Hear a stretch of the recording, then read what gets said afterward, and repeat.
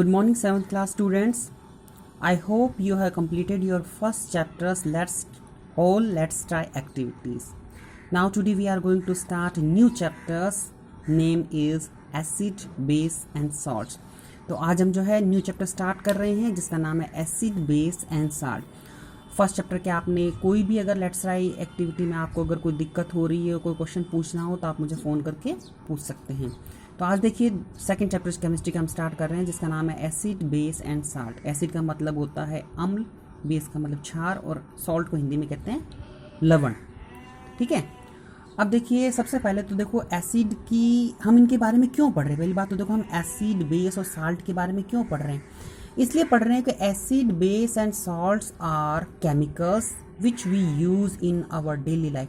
हम इनका इस्तेमाल इसलिए कर रहे हैं कि हम इसको इसलिए पढ़ रहे हैं क्योंकि हम इनका इस्तेमाल हमारी डेली लाइफ में करते हैं लेकिन हमें मालूम ही नहीं है. तो एसिड और बेस क्या है. एसिड, बेस और साल्ट ये वो केमिकल है जिनका हम डेली लाइफ में इस्तेमाल करते हैं. तो चलिए हम एक एक करके पहले पढ़ते हैं. तो पहले हम आज डिटेल में सिर्फ एसिड के बारे में ही बात करेंगे. एसिड क्या है, इनकी टाइप्स क्या है, ये कैसे होते हैं, इनके एग्जाम्पल क्या है. तो सबसे पहले देखो एसिड.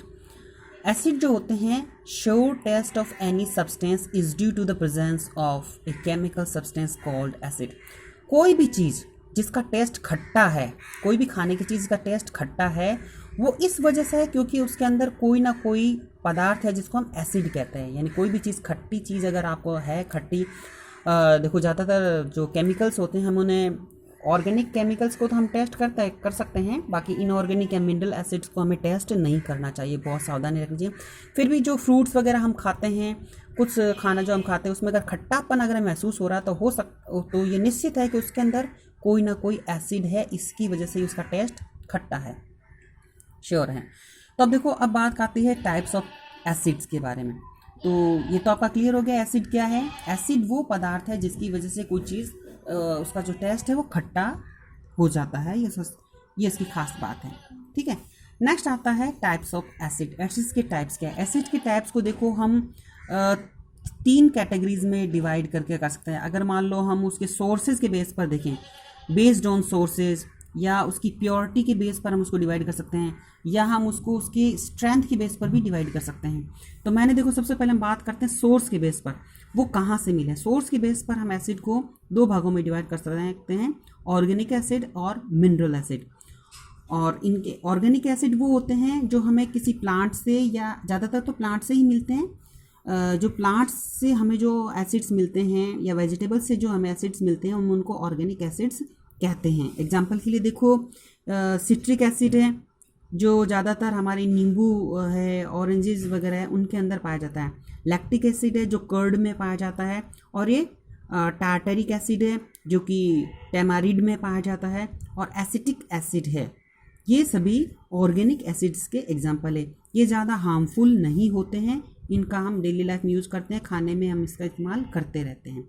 नेक्स्ट आता है मिनरल एसिड जिनको कि लैब में बनाया जाता है. ये थोड़े से हानिकारक होते हैं, इनको बड़ी सावधानी रखनी पड़ती है. जैसे एग्जाम्पल ग्रुप में सल्फ्यूरिक एसिड, इसका फॉर्मूला है H2SO4, इसको सल्फ्यूरिक एसिड कहते हैं. और दूसरा है HCl. ये देखो HCl जो एसिड है ये मिनरल एसिड भी है, साथ ही साथ इसको ऑर्गेनिक एसिड भी कह सकते हैं क्योंकि ये हमारे शरीर में भी पाया जाता है. हाइड्रोक्लोरिक एसिड ये बहुत तेज एसिड होता है. दूसरा है नाइट्रिक एसिड HNO3. ये नाइट्रिक एसिड भी मिनरल एसिड है. मिनरल एसिड ज़्यादातर कोरोजियस होते हैं, ये ज़्यादा मतलब कि हार्मफुल हो सकते हैं अगर सावधानी ना रखें तो. दूसरा देखिए अब हम प्योरिटी की बात करें तो एसिड को हम 2 में डिवाइड कर सकते हैं, कंसनट्रेटेड एसिड और डाइल्यूट एसिड. अगर एसिड प्योर है, उसके अंदर वाटर नहीं है, तो हम उसको कहते हैं कंसनट्रेट एसिड. और अगर हमने एसिड के अंदर पानी को मिक्स कर दिया है तो हम उसे कहते हैं डाइल्यूट एसिड. ठीक है. अब हम बात करेंगे बेस्ड ऑन स्ट्रेंथ. पावर के बेस पर हम एसिड्स को जो है 2 में डिवाइड करते हैं, स्ट्रॉन्ग एसिड और वीक एसिड. अब स्ट्रॉन्ग एसिड कौन से हैं.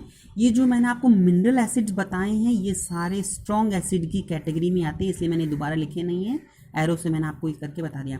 सल्फ्यूरिक एसिड, मिनरल एसिड कहेंगे तब भी आपको यही एग्जाम्पल लिखना है, और स्ट्रॉन्ग एसिड कहेंगे तब भी आपको यही एग्जाम्पल लिखने हैं. ठीक है. Sulphuric acid, hydrochloric acid, nitric acid. है। आपने अच्छे से सुना, ठीक है। नेक्स्ट आता है वीक एसिड। वीक एसिड कौन सा होता है? वीक एसिड कार्बोनिक एसिड एक मिनरल एसिड है लेकिन वो वीक है। कार्बोनिक एसिड क्या है? एक मिनरल एसिड है लेकिन वीक है। और इसके अलावा बाकी जो सारे ऑर्गेनिक एसिड हैं, जो कि मैंने आपको यहाँ पर citric acid, lactic acid, tartaric acid, acetic acid, ये सारे ऑर्गेनिक एसिड जो हैं वो वीक एसिड है। इनसे हमें कोई नुकसान नहीं होता है, फ़ायदा ही होता है, ठीक है। तो वीक एसिड में हम ऑर्गेनिक एसिड को शामिल करते हैं। तो आज मैंने आपको एसिड क्या है, एसिड्स के टाइप्स क्या हैं, कौन कौन से एसिड्स होते हैं उसके टाइप्स मैंने बताए। अब आप इनको आपने लिख तो लिया ही होगा, आप इसको लर्न करेंगे और एक्टिविटी 1 जो है आप करने की कोशिश करेंगे। उसमें कोई दिक्कत हो तो आप मुझे बताएं। Okay, thank you.